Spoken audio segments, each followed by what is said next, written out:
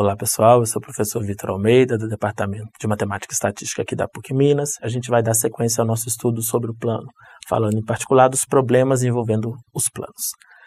Nessa videoaula a gente vai trabalhar as posições relativas entre os planos. Então vamos definir, pega ali dois planos, eu estou chamando de P1 e P2, cada um com seu vetor normal, N1 o vetor normal do P1, N2 o vetor normal do P2.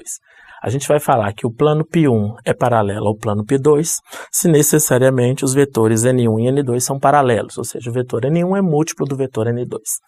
A gente vai falar que o plano P1 ele é transversal ao plano P2 se a gente garantir que os vetores N1 e N2 não são paralelos. Então, não existe nenhuma constante que multiplicada pelo vetor N1 vai dar o vetor N2.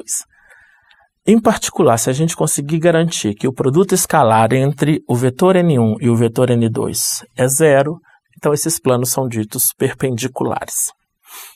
Então, de novo, uma situação esquemática para ilustrar a situação. Aqui a gente tem o caso de dois planos que são paralelos. Se a gente observar o vetor normal do primeiro, ele deve ser necessariamente paralelo ao vetor normal do segundo plano. Aqui é a situação onde a gente tem dois planos que são transversais, os vetores normais, eles não são paralelos, né? Nesse caso em particular, vai existir a interseção entre os dois planos, essa interseção vai ser uma reta, e o terceiro caso, que é um caso particular do segundo, quando a gente tem os vetores normais que são ortogonais. Então, em particular, os planos são perpendiculares. Vamos fazer esse exemplo aqui, determinar os valores de m, de tal forma que os planos 3mx menos y mais 2z igual a 0 e o plano P2, que tem a equação 2x mais 2my menos z igual a 1, esses planos sejam perpendiculares. O que a gente sabe? Para dois planos serem perpendiculares, necessariamente os seus vetores normais devem ser perpendiculares.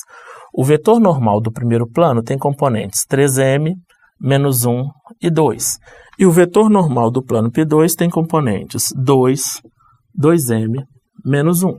Então, basta garantir que esses dois vetores sejam ortogonais. É a conta que nós vamos fazer a partir de agora. Então, o vetor N1 deve ser ortogonal com o vetor N2, deve garantir que o produto escalar dos dois é zero. Se a gente faz as contas, né, aqui está as componentes. Estão as componentes do primeiro vetor, aqui estão as componentes do nosso segundo vetor. Abrindo ali aquele produto escalar, a gente vai encontrar a seguinte equação ali na incógnita m. 6m menos 2m menos 2 igual a 0. Resolvendo essa equação para m, a gente vai encontrar que o valor de m é meio. Um outro exemplo para a gente exercitar. Sabe-se ali que aqueles dois planos é o plano P1, que tem equação 3ax menos 5b menos 2z igual a 5, e o plano P2, que tem equação x mais y mais 4z igual a 1. A gente já sabe de antemão que esses planos eles são paralelos. A pergunta é, qual é o valor das constantes a mais b? Né? Se você pensa ali nas constantes a e b, qual é o valor da soma das duas? Para os planos serem paralelos, necessariamente os vetores normais desses dois planos devem ser paralelos. Um vetor normal para o plano P1 é o vetor que tem componentes 3a, menos 5b e menos 2. E um vetor normal para o plano P2 é o vetor que tem componentes 1, 1 e 4. Então, basicamente, a gente já sabe que os planos são paralelos. O vetor normal ao primeiro plano, está ele aqui, 3a menos 5b menos 2, deve ser paralelo ao vetor 1, 1, 4. Então, o que a gente sabe? Para dois vetores serem paralelos, um deve ser múltiplo do outro. Então, é o que eu estou impondo a partir de agora. O vetor N1 ele tem que ser um múltiplo do vetor N2. Deve existir ali uma certa constante real, que eu estou chamando de lambda, de tal forma que o N1 é lambda N2. Quando a gente impõe essa equação, impõe essa condição em relação a esses dois vetores, a gente vai encontrar o seguinte, 3a menos 5b menos 2 deve ser lambda, lambda, 4 lambda. Então, em particular, igualando ali as últimas componentes dos vetores, 4 lambda deve ser menos 2.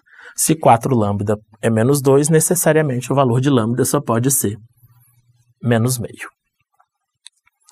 Então, para este valor de lambda, A gente agora, igualando a primeira componente com primeira componente, a segunda componente com segunda componente, a gente vai obter um sisteminha em A e B. Então, 3A tem que ser menos meio, menos 5B tem que ser menos meio. Resolvendo essas equações para A e B, a gente encontra que o A é menos 1/6 e B é 1/10. Então, o valor da soma A mais B agora é trivial, né? Só a gente somar essas duas quantidades. Então, agora é com vocês. Dê uma lida lá no livro texto e façam os exercícios que estão sendo propostos.